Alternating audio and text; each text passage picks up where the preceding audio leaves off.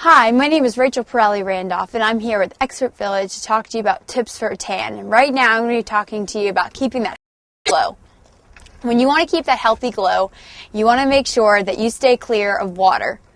Don't go swimming, don't go to the pool, because once you go in there, it's going to rub off.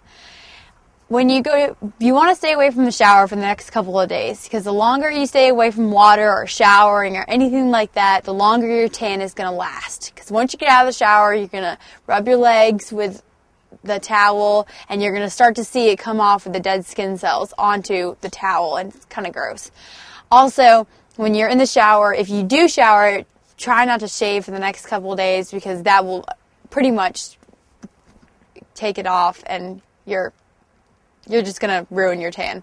So that's really important on how to keep a healthy glow. And up next, we're going to be talking about how to keep up your amazing tan.